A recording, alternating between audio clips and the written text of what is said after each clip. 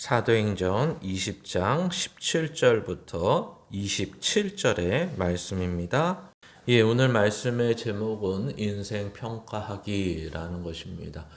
지난주 말씀이 인생에서 반드시 있어야 되는 것이 무엇이냐라고 했을 때 믿음과 은혜였다라고 말씀을 드렸고, 오늘은 사도 바울의 이야기를 또 보면서 인생을 어떻게 정리해야 되며 또 그 정리된 인생이 어떠한 열매, 어떠한 평가가 있어야 되는지를 잘 보여주는 내용입니다. 그래서 오늘 생각하실 말씀은 인생의 열매라는 거죠. 저와 여러분의 삶 속에서 인생의 열매를 무엇으로 맺고 싶으냐, 또는 어떤 결실이 있으면 좋겠느냐라는 것입니다.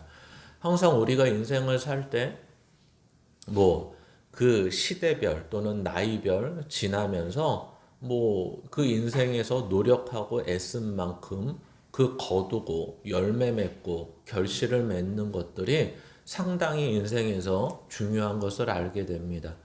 열심히 공부했는데 대학을 못 간다거나 또 원하는 데를 합격을 못 한다면 그 열심히 한 것이 결실이 못 맺는 것 같고 또 실패한 것 같은 인생이 우리에게 주어져 있다라는 것입니다. 그러나 우리가 알다시피 어떠한 결실을 맺고 열매를 맺는 것, 농부가 수확을 하고 과수원지기가 과수원의 열매를 맺는 것, 또는 공부하는 학생이 좋은 성적을 거는 것, 또는 직장을 다니는 직장인이 어떤 실적을 내는 것은 항상 알다시피 어떤 노력과 애씀과 시간과 돈, 이러한 것들이 투자되고 그러한 것들이 쓰여질 때 동일한 열매와 결실과 실적을 맺는 것은 아니지만 그것이 없이 이루어지는 일은 없다라는 것이 육신을 입고 있는 이 땅 가운데 항상 필연적으로 있는 모습입니다. 그래서 오늘도 이 사도 바울의 마지막 어떤 성경이나 또 어떤 주석에는 이것을 고별 설교다 이렇게 얘기하고 있는데 고별 설교까지는 아니고 이제 남은 인생의 여정에 대해서 에베소에 있는 장로님들을 청하여서 이제 사도 바울이 마지막 메시지를 전하는 것입니다. 그러면서 이 전하는 첫 번째 내용이 뭐냐면 이제 에베소 장로님들도 다 알고 있는, 같이 공감할 수 있는 내용 중에 하나가 바로 회상을 통한 이해였습니다. 첫 번째 이 회상의 내용은 열심히 나는 주를 섬겼다. 여기서 나는 사도 바울이겠죠. 사도 바울은 열심히 주를 섬겼습니다. 장로님들 이렇게 얘기하는 거죠. 그래서 그 주를 섬긴 것을 어떻게 섬겼냐, 그러니까 무엇을 섬겼냐를 먼저 얘기하는 게 아니라 어떻게 섬겼냐면 겸손과 눈물과 그 다음에 유대인의 관계로 인한 시험이 많았는데 인내, 참음으로 그 주를 잘 섬겼습니다. 이렇게 얘기하는 겁니다. 그러니까 여기에서 말하는 겸손, 눈물, 참음은 단순히 내가 이렇게 열심히 했습니다. 울면서 열심히 하나님의 일을 감당했습니다. 또 낮아짐을 통해서 무엇을 했습니다. 이런 것이 아니라 주를 섬기는 데 있어서 겸손이라는 것은 나는 할 수 있는 게 없었습니다. 이런 얘기입니다. 그러니까 우리는 보통 겸손을 얘기할 때 어떤 능력과 어떤 수치와 어떤 것들이 가득 차 있는데 다른 사람이 훌륭하시군요. 제가 뭘요. 이런 걸 겸손이라고 생각하고 있는데 성경이 말하는 겸손은 사도 바울의 대표적인 우리가 아는 말 중에 내 모든 것을 배설물로 여긴다라고 말하는 것처럼 하나님의 사람으로 살고 하나님의 사명을 감당하면서 사는 데 있어서 내가 알고 있던 학식, 내가 알고 있던 어떤 인생의 경험, 내가 지니고 있는 어떤 그 가문, 이런 모든 것들이 하나님을 전하고 나중에 말하는 은혜 복음을 증거하는 데 있어서 그렇게 쓸만한 것들이 없다라는 측면에서 배설물이라고 얘기하는 것입니다. 그러니까 여기서 겸손은 단순히 나는 학식이나 가문이나 지파나 이런 것들이 출중하지만 잘난 척 안 하고 잘 섬기면서 했다라는 말을 하는 것이 아니라 내가 알고 있는 것들, 내가 생각한 것들, 내 경험들, 내 학문들, 이 세상에서 배우고 세상에서 경험한 모든 것들이 하나님의 은혜 복음을 전할 때는 쓸모가 없는 것들이었다라는 것을 말하는 것입니다. 두 번째, 눈물이라는 것은 내가 열심히 하는 데 있어서 너무 고되고 너무 힘들어서 눈물이 날 정도로 주를 섬기는 일을 포기하지 않고 애를 썼다. 이런 말도 분명히 이 눈물 속에는 있을 것입니다. 그러나 이미 겸손해서 말씀드렸다시피 의미를, 이 눈물도 조금 더 들여다보면 이 눈물은 단순히 노력과 열심을 하는 데 있어서 지치고 힘들 때 눈물이 날 수밖에 없는 육신의 연약함과 부족함 정도를 설명하는 것이 아니라 이 하나님을 섬기는, 주를 섬기는 데 있어서 하나님의 은혜를 구할 수밖에 없었다. 그리고 또 하나는 주를 섬기는 데 있어서 이 백성들, 유대인과 헬라인의 믿지 않는 자들을 특별히 바라볼 때 마치 예수 그리스도의 마음으로 심히 통곡하며 죽은 나사로를 봤을 때 눈물을 흘리시며 저기에 지치고 죄 가운데서 헤매는 백성들을 봤을 때 불쌍히 여기시며 눈물을 흘리시는 예수 그리스도의 마음을 나는 알게 되었다. 이런 말로써 눈물이라고 하는 것입니다. 그러니까 여기에서 이 눈물을 하나 더 들어가면 하나님 앞에 나는 눈물로 기도할 수밖에 없었다. 즉 은혜를 구할 수밖에 없었다. 이 말을 하는 것입니다. 그래서 예수 그리스도께서도 하나님 앞에서 무엇으로 우리를 위해 간구하시냐면 눈물로 간구하십니다. 히브리서에 보면 왜 예수 그리스도께서 우리를 위해 간구하실 때 눈물로 간구하실 수밖에 없냐면 우리가 자격과 조건이 없기 때문에 그렇습니다. 공로도 없기 때문에 그렇습니다. 뭐 하는데? 구원을 받는 데 있어서. 그러니까 예를 들어서 어떤 일을 처리하고 어떤 일을 용서받고 어떤 일을 결정할 때 있어서 내가 능력과 힘이 있으면 눈물이라는 게 없죠. 간절함이라는 게 없죠. 그러나 그 안에 간절함이 있을 때 우리는 능력과 자격과 조건과 공로가 없는데도 그것을 이루어야 된다면 이룰 수 있는 유일한 방법은 간청하는 것, 눈물을 흘리며 고하는 것, 이것밖에 없다라는 것입니다.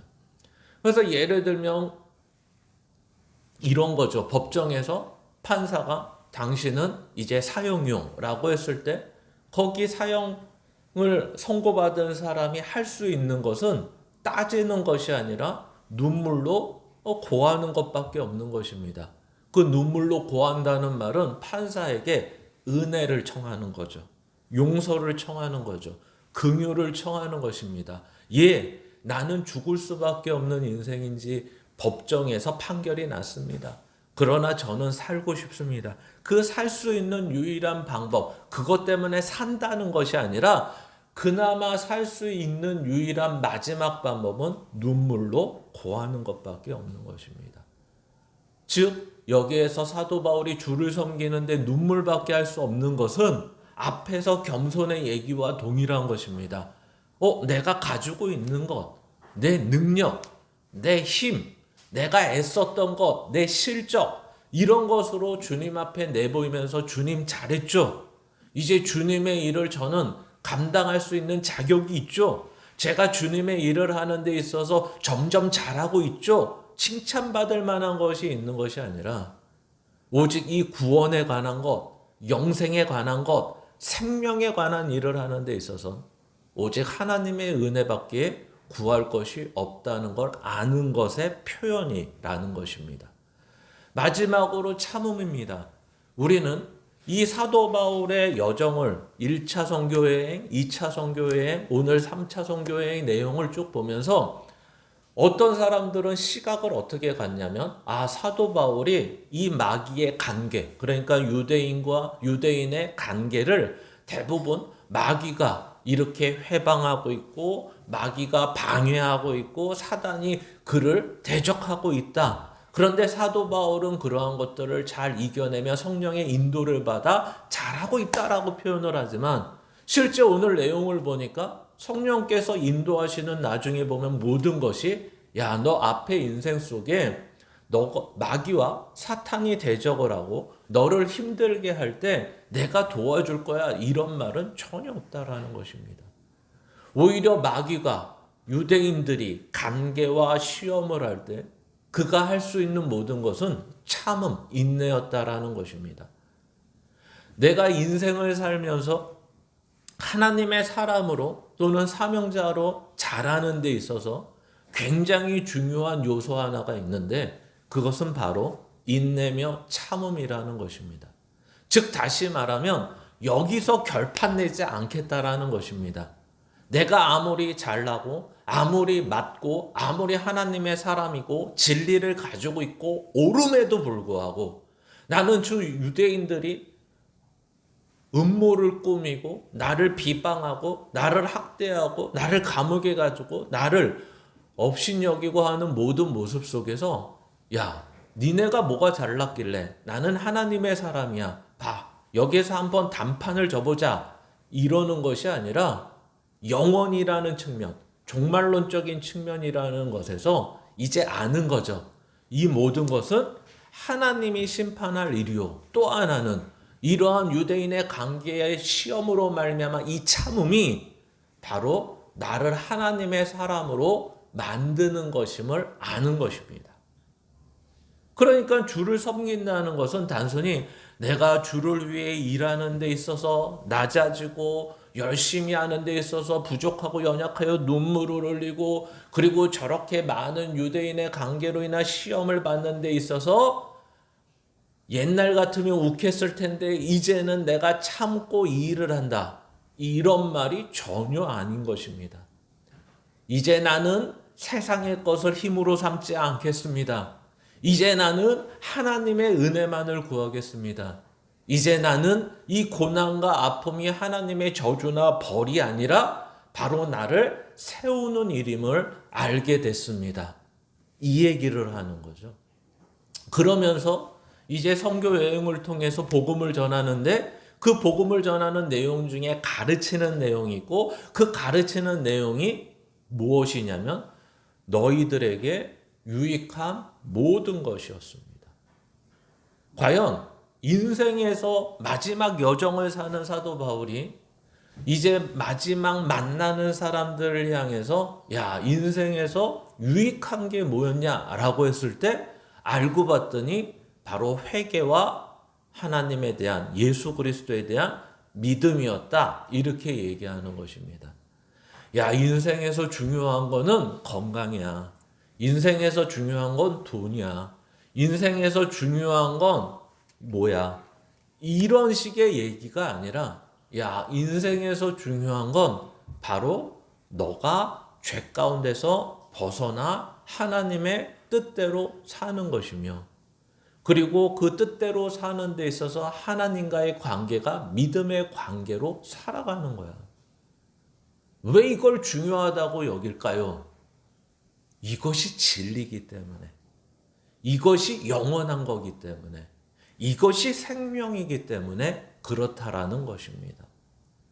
그러니까 인생을 사는데 육신을 입고 있어서 뭐 돈이 중요하지 않다, 건강이 중요하지 않다가 아니라, 우리는 나중에 보겠지만 인생을 살면서 항상 선택해야 될 때가 있다. 결정해야 될 때가 있다. 그럴 때 우리는 항상 무엇을 선택해야 되냐라고 했을 때 하나님의 뜻을, 죄악이 아닌 의에 관한 것을, 그리고 나에 관한 것이 아니라 하나님의 것을 선택하며 결정하며 사는 것이 제일 중요한 거다, 이렇게 말하는 것입니다. 그러니까 그거는 어떻게 보면 인생의 여정 속에, 각자의 삶 속에 케이스 바이 케이스겠죠. 어느 때는 하나님의 사람으로 사는데 돈이 중요할 때도 있을 것입니다. 그런데 어느 때는 그것을 손해봐야 될 때도 있을 것입니다. 어느 때는 건강이 중요할 때도 있을 것입니다. 그런데 그 건강을 포기해야 될 때도 있을 것입니다. 오늘 사도 바울은 그 생명이 중요한지 압니다. 우리의 육신의 생명이. 근데 그 생명을 아깝게 여기지 않습니다. 왜? 은혜의 복음 증거를 위한다면. 그러니까 생명이 중요하지 않다는 게 아니라 은혜의 복음 증거, 은혜의 복음과 이렇게 저울질을 해서 재보면 얘는 이 생명에 비해서 덜 중요한 게 된다는 얘기입니다.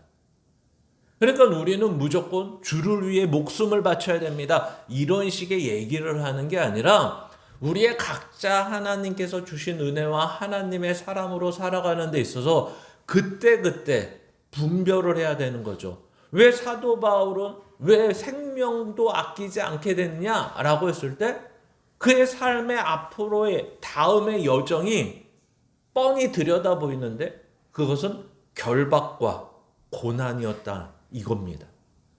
그러니까 결박과 고난을 당하는데 어떻게 죽음이라는 결말이 안 오겠습니까?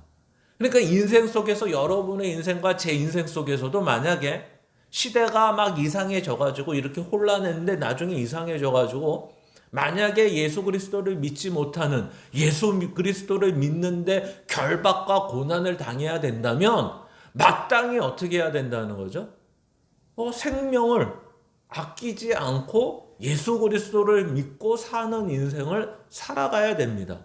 그러나 지금처럼 예수 그리스도를 믿고 교회를 다니고 신앙생활을 하는데 아무런 방해와 결박과 투옥과 비방과 이런 게 없으면 목숨을 걸 필요는 없죠. 어떻게 보면 목숨 거는 게 더 쉬울 것 같습니다. 신앙에서. 그렇죠? 딱 분명하니까. 근데 지금은 뭘 걸어야 될까요? 여러분의 인생 속에서. 결국 오늘은 우리를 향해서는 그런 얘기를 하고 싶은 것 같습니다. 좀 더 나중에 보고요. 그래서 이 회상이라는 것을 통해 나는 주를 섬겼습니다. 하나님이 부르신 이후서부터. 그리고 이제는 이 만나는 모든 사람들에게 유익한 것을 가르쳤는데 그것은 죄에 대해서 벗어나 의로 사는 것과 이제는 나를 믿고 사는 것이 아니라 하나님과 관계 맺으며 하나님의 믿으며 사는 그것을 가르쳤습니다. 라는 거죠. 그러니까 즉 다시 말하면 이거는 마치 다른 사람들을 향해서 말하는 것 같지만 이 회상의 주인공은 누구냐면 사도 바울이라는 거죠. 그러니까 사도 바울이 이렇게 얘기하는 거나 다름없습니다. 우리가 사도 바울의 그의 인생의 이야기를 안다면 이렇게 이야기를 꾸밀 수 있겠죠. 여러분, 저는 옛날에 배울 만큼 배웠고 베냐민 지파였고 바리새인 중에 바리새인이었고 있을 만큼 있었고 그런데도 제가 하나님을 얼마나 사랑했냐면 예수를 믿는 사람들을 내가 진짜 내 돈 들여서 돌아다니면서 잡아서 박해를 할 정도로 내가 열심히 살았던 사람이고 세상에서 있을 만큼 있던 사람이었습니다. 그래서 나는 인생에서 거칠 게 없었습니다. 누가 너 어느 집안 사람이야 그러면 이름만 대면 알았고 너 누구한테 배웠어 그러면 이름만 대면 알만한 사람들한테 배웠던 사람입니다. 이렇게 살았던 제가 이제는 예수 그리스도를 만나고 나서는 이제 그렇게 살지 않게 됐습니다. 그래서 앞에서 보는 겸손이라는 것은 앞 얘기를 하면 저는 교만했습니다. 눈물이라는 것은 저는 찔러도 피 한 방울 나지 않을 만큼 냉정한 사람이었습니다. 저는 참음이 누가 서고 누가 구원받고 누군가가 세워지기 위해서 참는 인생, 참는 건 지는 거라고 알았던 인생입니다. 이렇게 이야기가 되는 거죠. 근데 이제 나는 겸손할 줄 알고 눈물을 흘릴 줄 알고 참을 줄 알며 이제 세상에서 유익한 것이 아니라 하나님을 진리를, 영생을 가르치는 자로 변화됐습니다. 바로 우리의 모습이 그래야 된다는 거죠. 그러니까 이 사역의 모습이 어마어마한 사역의 모습을 생각하지 마시고 이러한 인생을 통해서 사도 바울 자신이 어떻게 변화됐으며 변화된 것을 가지고 어떻게 살았냐를 성경을 통해 보라는 것입니다. 왜 이 말씀을 드리냐면 얼마 전에도 말씀드린 것 같죠. 우리는 성경을 볼 때 이 사람은 대단하구나. 성경에 있는 내용이 현실에서 나의 내용이 되지 않는다는 게 문제가 되는 것입니다. 즉 다시 말하면 사도 바울 정도 되니까 지금 이 정도 말할 수 있고 이 정도 살았던 거 아니냐 이렇게 생각하고 있다라는 것입니다. 앞에서도 잠깐 언급한 것 같이 사도 바울에 대해서 이렇게 살았다고 사도 바울 자체도 이렇게 얘기하지 않습니다. 예수 그리스도를 만난 사람이 특별히 사도 바울이 다르다면 무엇이 다르냐면 직분으로 사도라는 직분을 가지고 있었다는 것밖에 없었고 그 시대가 예수 그리스도를 전하는 데 있어서 감옥도 가야 되고 목숨도 바쳐야 되기 때문에 생명을 아끼지 않았을 뿐이라고 이미 언급했던 것입니다. 만약에 사도 바울이 지금 살아있다면 이렇게 쓰진 않았겠죠. 난 이제 생명을 아끼지 않겠습니다. 아니 지금 이 땅에서 예수 그리스도를 전하고 예수 그리스도로 말미암아 살아가는데 왜 생명을 아끼지 않겠습니까? 이렇게 얘기했을 것 같아요. 저는 돈을 아끼지 않겠습니다. 그렇죠? 요즘 사도 바울이 살았다면 저는 예수를 전하고 주를 섬기는 데 있어서 그리고 남은 여정을 보내는 데 있어서 더 이상 돈을 아끼지 않겠습니다. 이랬을 것 같아요. 바로 우리가 그렇게 살아야 되는 거죠. 그래서 마치 우리가 옛날에 전도 축제하는 교회들이나 전도를 열심히 하는 교회들이 홍보 영상 중에 하나가 쉰들러 리스트 아닙니까? 쉰들러 리스트의 주인공이 맨 마지막에 한 얘기가 무엇입니까? 감동스럽죠. 내 시계 하나를 팔았으면, 내가 지금 타고 있는 차를 팔았으면, 팔았으면 다음 얘기가 뭐예요? 그 유대인 하나를 살릴 수 있었을 텐데, 저 생명을 살릴 수 있었을 텐데. 이런 거 보신 적 있습니까? 이렇게 눈물이 메말르시는 분들이. 그런 것을 보면서 감동을 하죠. 야, 자기 돈을 생명을 진짜 육신의 생명을 살리는데 아깝지 않게 그리고 마지막에 가서는 자기가 더 죄책을 갖는 쉰들러 리스트의 쉰들러의 모습을 보면서 우리는 감동을 받습니다. 마치 사도 바울이 살았으면 눈물로 그렇게 얘기했을 것 같습니다. 내가 입고 있는 옷, 내가 입고 있는 신었던 신발, 이걸로 섬겼으면 하나님이 구원의 열매를 맺어주시지 않았을까? 내가 이거를 아끼지 않고 할 수 있었어야 되는데 이렇게 얘기했을 것 같습니다. 그래서 이제 이 삶의 회상을 에베소 장로님들한테 하면서 공감을 얻었을 것 같아요. 그렇죠? 우리는 앞에서 에베소에서 있었던 일들을 조금만 기억을 해도 우리는 충분히 함께 있었더라면 공감을 했을 것 같습니다. 그래서 이제는 회상으로 그치지 않고 남은 여정에 대해서 보여주고 있는 것입니다. 이제 자기의 인생이 이해가 됐습니다. 그러면서 그 이해된 자기의 삶의 고백이 이제 설명되고 있고 그리고 그것이 성령 하나님께서 함께 하시는 여정이라는 것을 알게 됩니다.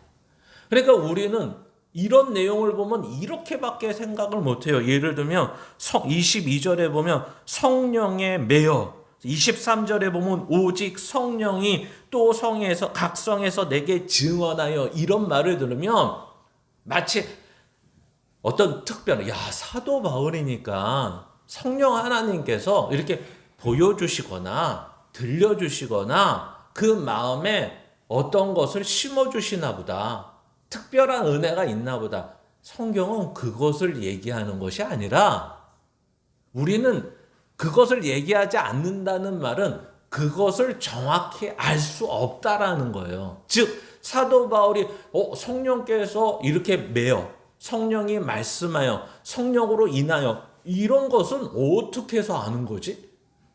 또는 성령이 각성해서 내게 증언하여 라고 말하는 그러한 것들은 성령께서 진짜 나에게 말을 했다는 건지 성령께서 뭐 어떤 특별한 현상을 보여주셨다는 건지 몰라요. 성경은 이러한 표현들을 그런 의미로 쓰진 않아요. 1차적으로. 근데 우리는 알고 싶은 게 이런 거죠. 야, 그래, 내 인생 얼마 안 남았는데 또는 많이 남았지만 뭐 우리의 젊고 나이 드시고 상관없이 인생에 있어서 알고 싶은 것들이 있을 거 아니에요. 난 누구랑 결혼할까? 나는 뭐 어떻게 살까? 나는 뭐가 돼서 살까? 또 우리 뭐 이한이랑 결혼 나는 어떤 대학을 갈까? 뭐 어떤 고등학교를 갈까? 이러한 것들을 알고 싶을 거 아니에요. 그러면 그 알고 싶을 때 어떻게 해주셨으면 좋겠어요, 하나님이? 성령 하나님이 친히 말씀하시고 너는 대학을 못 가고 고난과 결박을 받고 살 것이다. 이러면 어떻게 해야 돼요? 한결에는 혀 깨물고 이렇게 해야 돼. 그러면 이런 생각이 번쩍 들 것 같아요. 애들은 공부 안 해도 되겠다. 그렇죠? 얼마나 유익한지 모르죠. 이걸 나 왜 결박과 뭐 아픔을 당하고 살아야 돼? 이렇게 고민을 안 하고 애들은 야, 대학 못 간대 하나님이. 그러면 이제 공부 안 해도 되겠다. 이런 거죠. 뭐 어른들은 예를 들면 50, 60, 70대 분들은 야, 당신이 꾸준히 5년 동안 로또를 사면 5년 마지막 날 마지막 주에 로또 1등이 당첨될 것입니다. 이러면 그 5년을 어떻게 보낼까? 뭐에 관심과 애씀이 있을까요? 하나님이 5년 후에 로또 1등을 당첨시켜 주신다니까요. 마지막 날 마지막 주에. 전혀 뭐 감동이 없어요. 그러면 열심히 계산을 하겠죠. 뭘? 야, 내가 매주 로또 한 장을 살면 얼마죠? 로또 한 장이? 1,000원인가요? 2,000원인가요? 5,000원. 예, 우리 한결이가 알고 있네. 예, 예를 들면 5,000원이라고 쳐요. 그러면 한 달에 5,000원 4주, 52주니까 4하면 얼마입니까? 5,000원 하면 52주에 5,000원 하면 26만 원이 26만 원이 들겠죠? 맞나요? 예. 그럼 26만 원 곱하기 5 하면 130만 원 정도 드나요? 그러면 5년 동안 일 안 하고 130만 원만 있어서 살 수 있으면 돼요, 안 돼요? 그러면 계산을 했더니 내가 1년 사는데 한 1,000만 원 들어. 그리고 로또 사는데 이 정도 들어. 그러면 5천만 원에다 로또 사는 금액 대충 6천만 원이 있으면 돼. 근데 통장에 마침 6천만 원이 있어. 근데 하나님이 말씀하셨다니까요. 5년 후에 된다고? 그럼 뭐 하시겠습니까? 직장 다니면서 일하시면서 스트레스 받으면서 사시겠습니까? 그날을 기다리며 있는 돈 까먹고 사시겠습니까? 사람마다 다르겠죠. 근데 저 같으면 쉴 것 같아요. 그렇죠? 하나님이 약속하죠. 그러니까 우리가 자꾸만 관심이 거기에 있는 거죠. 관심이. 지금 말씀드리는 것은 성령에 매여 성령이 말씀하여서 뭐 이런 것들을 그럼 어떻게 들을까? 나도 들었으면 좋겠다. 근데 이런 얘기는 아니었으면 좋겠다. 어떤 얘기? 23절에 보면 결박과 환난이 사도 바울 너를 기다리고 있어. 이런 말만 아니라 아까처럼 5년 후에 로또가 될 거야. 이런 말이었으면 참 좋겠다. 근데 이런 말을 하는 데 있어서 계속해서 성령이 하는 이유가 뭘까요? 함께 하신다는 것을 얘기하는 것입니다. 야, 이 길은 너 혼자 가는 길이 아니야. 지금도 내가 너에게 관심이 많아. 이때까지 너가 너 혼자 온 길이 아닌 것과 같이 앞으로의 모든 길도 그것이 사망의 음침한 길이라도 너를 해하지 않을 거야. 이게 사도 바울이 갖고 있는 내용이었다라는 것입니다. 그러면서 아까 말씀드린 것처럼 그렇군요, 하나님. 그렇기 때문에 저는 은혜 복음을 위해 생명을 아끼지 않겠습니다. 결국 나를 이 결박과 환난 속에서도 하나님이 함께 하시고 힘을 주시고 능력을 주시고 함께하는 모든 이유는 이것을 피하는데 문제가 있지 않고 그 안에서도 이런 얘기죠. 항상 말씀드렸다시피 그 결박과 환난이 성령 하나님과 함께하며 하나님의 은혜의 복음을 전하는 데 있어서는 문제가 되지 않아. 이런 것입니다. 그러니까 이것을 정리하면 이런 거죠. 결박과 환난이 있다. 아유 무서워라가 아니라 이것이 하나님의 은혜의 복음을 전하는 데 있어서는 문제가 안 되는군요. 감사합니다. 이렇게 되는 것입니다. 마치 아까 우리가 이제 사도 바울이 살았으면 생명을 아끼지 않고 돈을 아끼지 않았겠죠? 그러면 사도 바울이 이제 내가 돈을 아끼지 않고 생명을 구원하는 일에 열심히 하겠습니다. 그러한 것이 문제가 되지 않는군요. 이렇게 알게 되는 것이죠. 그러니까 사도 바울이 더 나가서 이렇게 얘기하는 것입니다. 자기의 하나님의 은혜와 성령 하나님이 함께 하심으로 말미암아 무엇이 중요하고 어떤 일을 하고 아무리 방해가 있어도 방해가 되지 않는 정도만 아는 것이 아니라 오늘 내용의 본문의 마지막은 이렇게 얘기하는 것이죠. 다음 장을 보시면 이렇게 얘기하는 것입니다. 26절에 그러므로 오늘 여러분에게 증언하거니와 모든 사람의 피에 대하여 내가 깨끗하다라고 말하는 것입니다. 이 말은 에스겔서 3장이나 33장이나 이런 데 보면 하나님이 에스겔을 비유로 말씀하십니다. 파수꾼으로 불렸다. 파수꾼이라는 것은 이렇게 요즘으로 말하면 지키는 이, 위험을 감지하는 사람, 성을 보호하는 자, 이런 개념입니다. 그래서 파수꾼이 예를 들어서 사람들 다 잘 때 마을 한 구덩이에서 불이 나요. 그러면 어떻게 해야 된다는 거예요? 파수꾼이 있다면. 그 파수꾼이 불이야를 알려서 생명을 살리는 것입니다. 생명을 다 살릴 수는 없지만 파수꾼이 해야 되는 유일한 책임은 뭐예요? 불이야라고 모든 사람이 들을 수 있을 정도로 외치며 열심을 내야 된다는 거죠. 그렇게 외쳤는데도 들었는데도 피하지 못하는 것은 그 사람들의 책임 아니냐? 이게 에스겔서의 얘기입니다. 그러니까 거꾸로 말하면 에스겔아, 내가 가서 이스라엘에게 전하라 그러지 않았느냐? 이스라엘 백성들아, 회개하고 돌아서라. 그리고 하나님을 믿고 하나님을 따라라 라고 말하는 것을 왜 안 하려고 그러느냐? 걔는 말해도 안 듣는데요? 이런 거죠. 우리 엄마 아빠들 하는 얘기가 그러죠. 왜 애한테 안 하십니까? 애가 말해도 안 들어요. 성경은 그렇게 얘기하지 않아요. 말아도 얘기해도 듣지 않아요가 끝이 아니라 너의 책임은 그걸 듣게 하는 게 아니라 말하는 거야. 이렇게 얘기하는 거죠. 마치 사도 바울이 우리가 앞에서 어려움을 만났을 때도 성령 하나님이 딱 환상 가운데 등장하셔서 뭐라고 얘기하는 내용이 기억되십니까? 침묵하지 말라. 이런 내용 기억하십니까?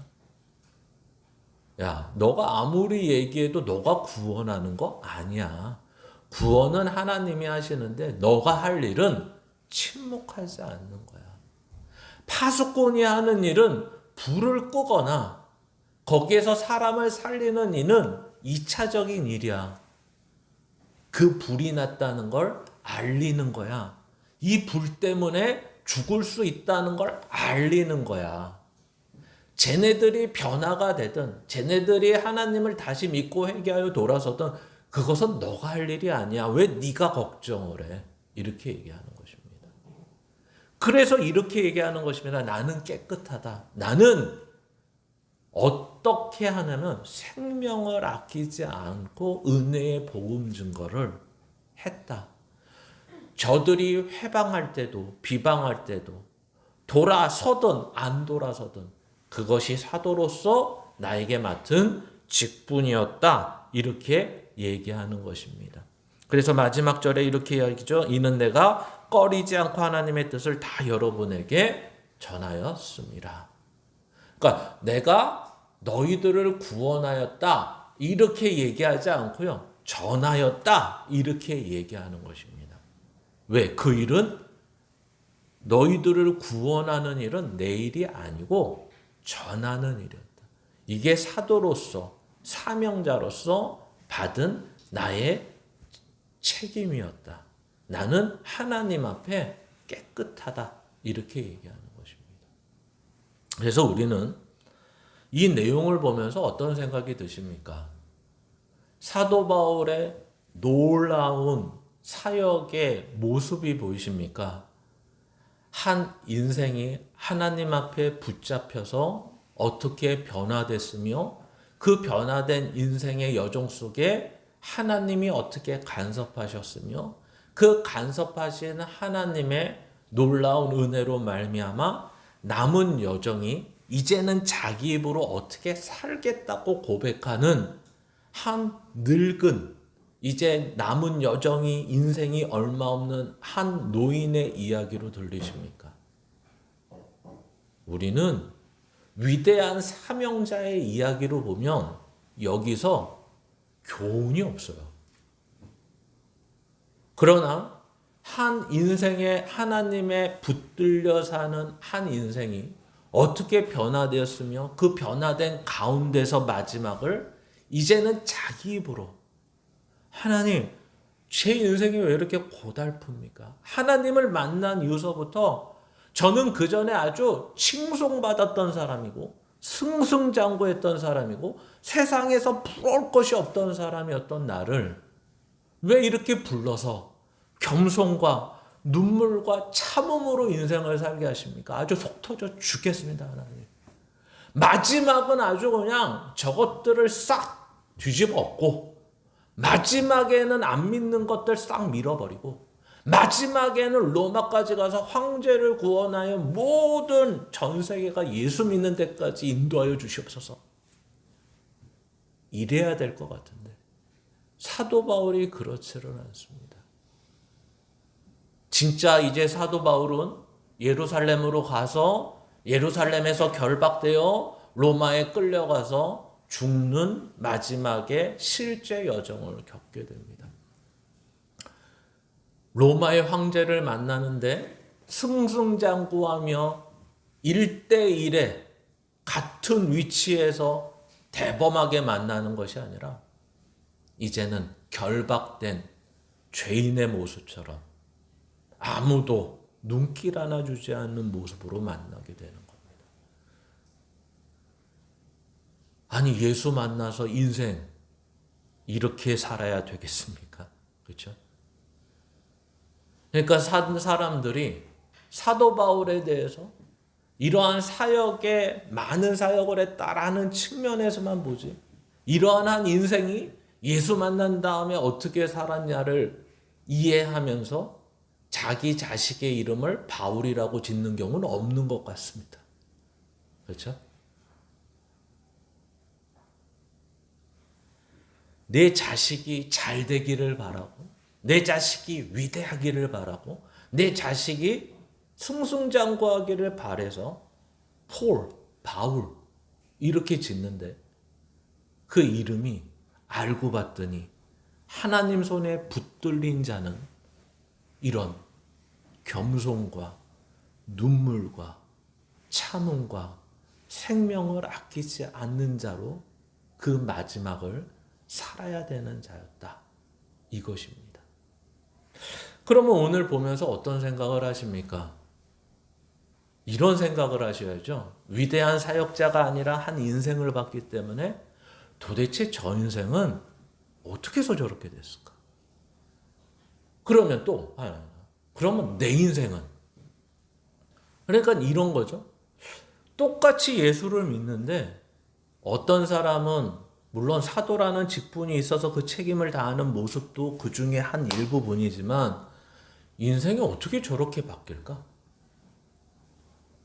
세상의 것으로만 살았던 사람, 자기 위에 아무것도 없는 것처럼 살았던 인생이 이제는 고개를 숙이고 사는 인생, 눈물로 사는 인생이 되고 말았던 그의 모습이 그러면 이렇게 마치 거울을 보듯이 사도 바울을 앞에 놓고 나를 봐야 되는 거죠.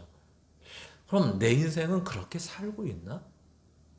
사도 바울처럼 위대한 사역의 내용은 없더라도 그 인생의 여정 속에서 맛보았던 것, 예수 믿으니까 회개하며 사는구나. 예수 믿으니까 주를 위해 사는구나. 예수 믿으니까 이제는 돈으로 사는 게 아니라 믿음으로 사는구나. 이제 예수를 믿으니까 그가 변화된 인생을 사는구나.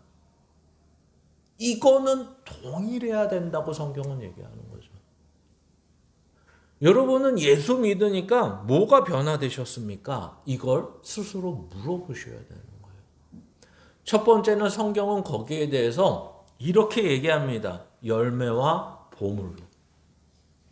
이게 무슨 말이냐면 성경은 이런 거죠. 좋은 열매를 맺고 나쁜 열매를 맺는 것은 뭐가 좌우할까요? 이렇게 묻는 것입니다. 여러분, 이렇게 말하니까 좀 어려울 것 같은데 사과라는 열매가 맺혔으면 그 나무는 무슨 나무입니까? 사과나무고 배의 열매를 맺혔으면 배나무입니다. 그러면 사과 대신 조은을 넣어보죠. 좋은 열매를 맺었으면 그 나무는 무슨 나무라고 얘기할까요? 좋은 나무. 나쁜 열매를 맺었으면 나쁜 나무. 알고 봤더니 좋은 열매를 맺는 이유는 무엇 때문에 맺는다고 하는 거예요? 나무가 좋은 나무라서. 이런 경우는 없다는 거죠. 사과나무인데 올해는 배가 열렸어. 와, 더 비싼 거 열렸다. 이렇게 좋아하는 거예요? 이럴 수는 없는 것 같이 좋은 나무인데 나쁜 열매가 맺었어. 기본적으로 이런 경우는 없다는 거예요. 저 사람이 지금 나쁜 열매를 맺는 것은 나쁜 나무기 때문에 맺는다는 거예요. 이 얘기를 왜 하냐면 우리는 왜 이렇게 변화되지 않고 사십니까? 왜 예수 믿었는데도 옛날의 모습과 똑같으십니까? 왜 교회 안에서도 사는 데 있어서도 왜? 그러면 우리는 누가 즐겨 썼던 내용을 잘 변명으로 쓰죠. 마음은 원이로되 육신이 연약하여.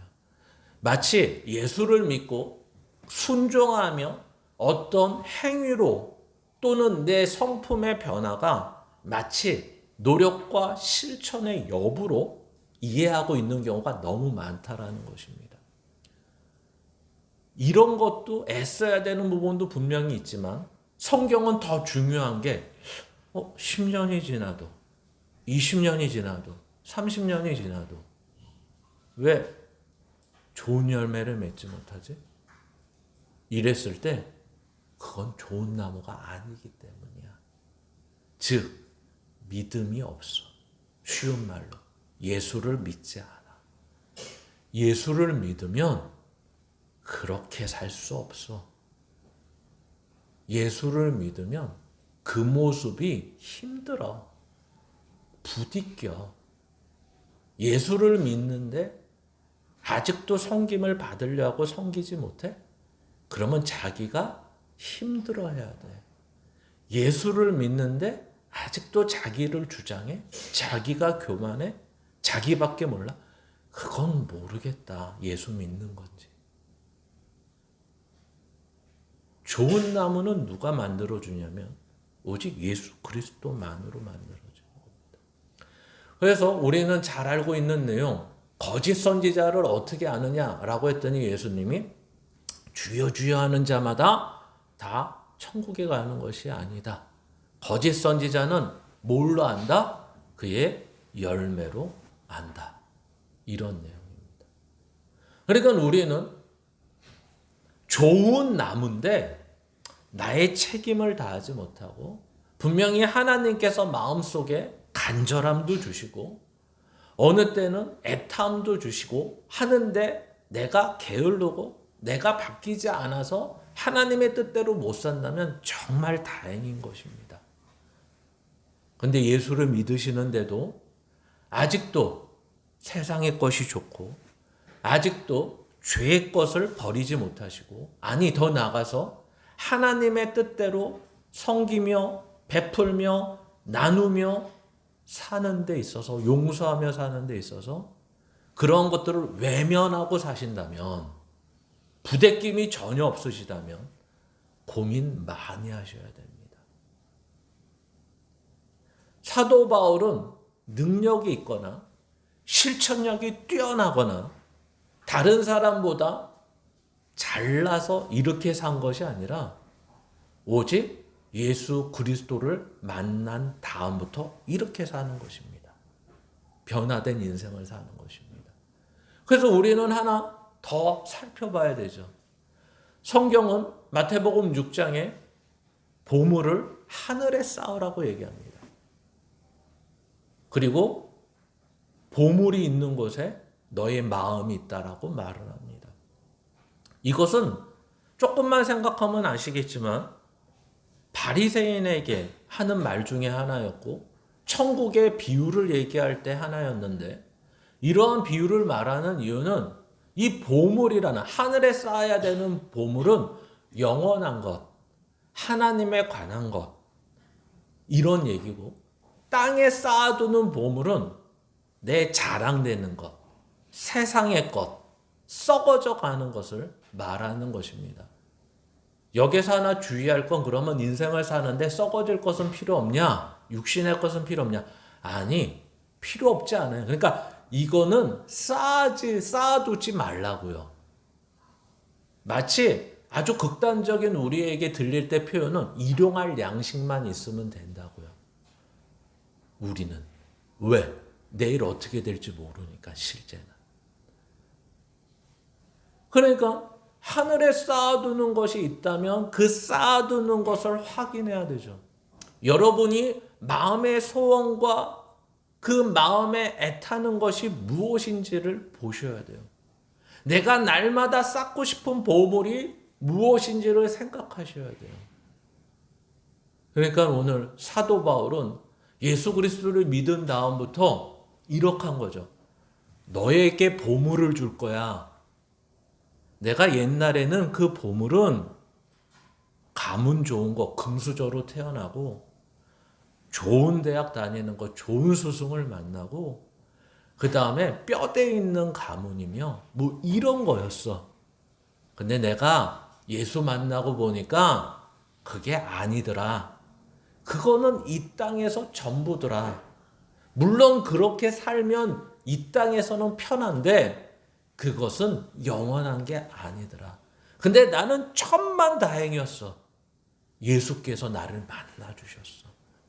이제는 영원한 걸 알았고 생명이 무엇인지 알았고 진리가 무엇인지 알았어. 나는 변화되고 싶지 않은 사람이었는데 이렇게 만나고 알고 보니까 야, 이게 보물이더라 이게. 그래서 너희에게 진짜 옛날 같으면 이 얘기를 세상적인 얘기를 왕년에 내 얘기를 막 했을 텐데 야 이런 건 할 얘기가 이제 없어. 무슨 얘기만 있어요? 이제 이 보물 얘기예요. 야 예수님 만나니까 그 안에 진짜가 있더라. 그 안에는 내가 생각지 못한 은혜가 있더라. 그 안에는 영원한 게 있더라. 그 안에는 인생이 뭔지를 알게 하더라. 이 얘기를 하는 것입니다. 그러니까 앞에서 사도 바울이 말하잖아요. 야, 난 너희들한테 유익한 것을 가르쳐. 근데 그게 뭐냐면 회개와 믿음이야. 이런 거죠. 마치 우리 자녀들에게 부모로서 야, 너희들에게 유익한 것밖에 가르칠 게 없어. 부모가 돼서 너희들한테는 마치 신명기에 있는 것처럼, 그렇죠? 쉐마 이스라엘 이렇게 시작하는 들으라 이스라엘아, 그 이스라엘의 하나님은 오직 너의 하나님이시다라는 그 하나님만을 경배할 수밖에 없고 하나님만을 찬양할 수밖에 없는 이유를 그 유익과 보물로서 설명해 줘야 되는 우리의 책임이 있다는 것입니다. 그러니까 이것을 열매와 보물을 연결하면 이런 거예요. 먼저는 내가 쉽게 얘기하면 구원받은 사람인가? 나 구원받았는데 왜 변화된 게 없지? 고민을 해보셔야 되는 거죠. 두 번째는 그래서 변화입니다. 도대체 내가 알기로는, 우리가 아는 지식으로는 은혜로 말미암아 예수 그리스도를 구주로 섬기면 구원을 받는다고 했고, 항상 제가 말씀하고 성경이 말하는 것처럼 그렇게 믿기만 하면 어떻게 되죠? 천국에 가죠. 구원을 받습니다. 그런데 이 말씀은 한번 찾아보죠. 야고보서입니다. 2장. 히브리서 다음에 야고보서가 있습니다. 우리가 잘 아는 말씀이지만 지난주에 이어 이 말씀을 뒷절을 보기 위해서 한번 더 보겠습니다. 야고보서 2장 14절부터 24절까지 좀 길지만 한 절씩 읽겠습니다. 내 형제들아, 만일 사람이 믿음이 있노라 하고 행함이 없으면 무슨 유익이 있으리요? 그 믿음이 능히 자기를 구원하겠느냐?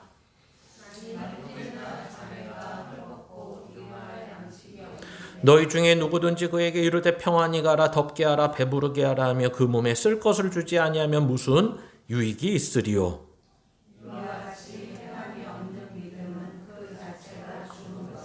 어떤 사람은 말하기를 너는 믿음이 있고 나는 행함이 있으니 행함이 없는 내 믿음을 내게 보이라. 나는 행함으로 내 믿음을 내게 보이리라 하리라. 내가 하나님은 한 분이신 줄을 믿느냐? 자랑을 두라. 이신 줄도 믿고 아, 허탄한 사람은 행함이 없는 믿음이 헛것인 줄을 알고자 하느냐?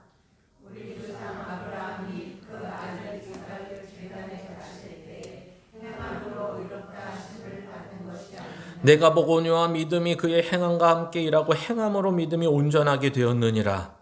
이에 성경에 있노라 아브라함이 하나님을 믿으니 이것을 의로 여기셨다는 말씀이 이루어졌고 그는 하나님의 것이라 칭함을 받았느니라. 같이 읽습니다. 이로 보건대 사람이 행함으로 의롭다 하심을 받고 믿음으로만은 아니니라. 아멘. 이게 문제가 생기죠. 그래서 사람들이 자꾸만 이렇게 얘기하는 겁니다. 예수 그리스도를 은혜로 말미암아 구원을 받고 구원을 받았다고 하면서도 그의 삶이 행함이 바뀌지 않으면 구원받지 않은 거라고 말하시는 분들이 있습니다. 그렇지 않습니다. 분명히 은혜로 말미암아 구원을 받았으면 이제 천국에 가는 건 맞습니다.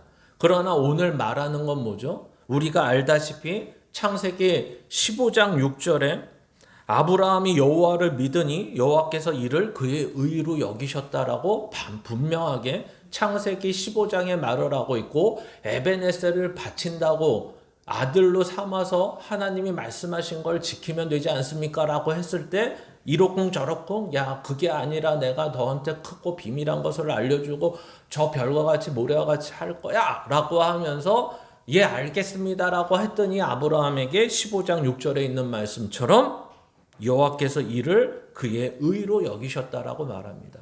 그러나 오늘 이 야고보서의 23절에 가서 다시 한번 보시겠습니까? 이에 성경에 이른바 아브라함이 하나님을 믿으니 이것을 의로 여기셨다는 말씀이 이루어졌고 라고 말합니다. 이게 개역 한글에서는 그 말씀이 응하여졌고 라고 말을 하는데, 이 말은 무슨 말을 하는 거냐면 창세기 22장에 이삭을 바치는 이야기를 이렇게 혼합을 시켜서 얘기하는 것입니다. 즉 다시 말하면 행함이 없는 믿음은 죽은 것이라 이렇게 표현을 하잖아요. 여러분과 저에게 믿음이 있습니까? 그러면 변화된 인생이 있어야 됩니다. 이제는 자기의 것을 주장하지 않는 인생이 있어야 됩니다. 이제는 하나님의 것을 하나님의 것으로 아는 인생이 돼야 되는 것입니다. 이제는 하나님이 하시려고 하고 하나님이 하시는 일을 믿고 따르는 자가 돼야 되는 것입니다. 그것이 아브라함에게는 무엇이었습니까? 이삭을 바치는 일이었습니다. 그래서 그 말씀이 이루어졌습니다. 행함이 됐습니다. 변화가 됐습니다. 이렇게 얘기하는 거예요. 이게 이렇게 쉽게 얘기하는 거죠. 아주 쉽게. 너무 단순하기는 하지만 너무 단순해서 오해도 많지만 이렇게 얘기하는 거예요. 믿음이 있습니까? 그럼 하나님의 말씀에 순종하며 사는 것입니다. 이거예요. 믿음이 있습니까? 근데 순종하지 않고 사십니까? 아직도 보물을 세상의 것과 내가 원하는 대로 쌓고 사십니까? 그거 헛것인데요. 왜 그렇게 예수를 믿었는데도 헛되게 사십니까? 이렇게 얘기하는 거죠. 아브라함이 믿음으로 말미암아 의롭다라고 인정은 받았지만 이미 근데 그것이 이제 행함이 있는 믿음이 되었는데 그것이 이삭을 바치는 데까지 갔다. 이런 얘기입니다. 왜? 대조를 하면 이렇게 보자. 아까 잠깐 언급했지만 에벤에셀은 그의 충성스러운 종이었던 것 같습니다. 아브라함과 사라 사이에 애를 못 낳으니까 하나님의 말씀은 있다 보니까 그것을 어떻게 하려고 했다고요? 이 종을 양아들로 얻어서 하나님의 뜻을 이루면 되지 않습니까? 라고 말했다는 거예요. 그것도 얼마나 귀중해요. 그러나 문제는 이삭을 낳고 나서 그 이삭이 누구인지를 알았고 이삭을 바치라 그럴 때 그 귀한 아들마저도 순종할 수 있는 그 믿음이 어디서 났느냐? 이걸 행함이 있는 믿음이라고 한다. 우리가 말하는 순종하며 사는 하나님 저 그렇게 산 적 없는데요? 사도 바울이 이렇게 얘기하는 거죠. 저 다른 사람 저는 인생을 살 때 제가 한 대 때리면 쟤를 죽였지 한 대 맞고 참은 적이 없는데요. 저는 누가 돈 갖고 자랑하면 내가 더 돈을 썼지 전 없는데요 라고 말한 적이 없는데요. 저는 기가 죽거나 인생에서 어디에서 이렇게 틀어박혀 있거나 자신감 없이 산 적이 없는데요. 하나님. 근데 왜 예수 믿고는 이렇게 살래요? 그것이 순종이고 하나님의 뜻이라는 거예요. 그것이 하나님의 뜻을 이룰 뿐만 아니라 그것이 바울 자체를 하나님의 사람으로 성장시켜주고 성숙하게 한다는 거예요. 즉 마지막의 결론처럼 행함이 없는 믿음은 죽은 믿음이라. 즉 행함이 있는 믿음으로 살라고 이 믿음을 주셨다고요. 근데 그 준 것을 가지고 왜 못 사느냐 이 얘기를 하는 거예요. 실제는. 왜 이 보물을 가지고 숨겨두고 사느냐?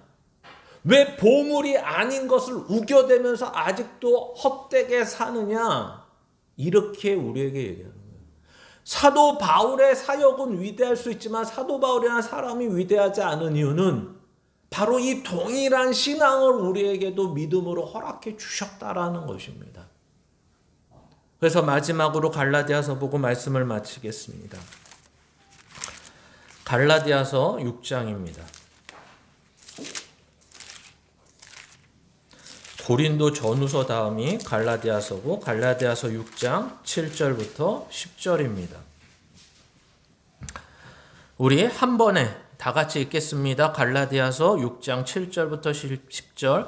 스스로 속이지 말라. 하나님은 업신여김을 받지 아니하시나니 사람이 무엇으로 심든지 그대로 거두리라. 자기의 육체를 위하여 심는 자는 육체로부터 썩어질 것을 거두고 성령을 위하여 심는 자는 성령으로부터 영생을 거두리라. 우리가 선을 행하되 낙심하지 말지니 포기하지 아니하면 때가 이름에 거두리라. 그러므로 우리는 기회 있는 대로 모든 이에게 착한 일을 하되 더욱 믿음의 가정들에게 할지니라. 아멘. 그래서 분명히 나오지 않습니까? 무엇을 심어야 됩니다. 자기의 육체를 심는 자는 육체고 썩어질 것을 거두고 성령을 위하여 심는 자는 영생을 거둔다라고 말을 합니다. 그래서 우리 보고 무엇을 하랍니까? 착한 일을 하라 그럽니다. 마태복음식으로 얘기하면 빛과 소금의 삶이 착한 행실이라고 말합니다. 그러니까 행실, 일이라고요. 믿음은 내가 잘 믿습니다 하고 마음으로 되새기는 정도로 끝나는 게 아니라 믿음이 있다면 변화된 모습이 있어야 된다고 말합니다. 무엇이 변화됐는지 확인하십시오.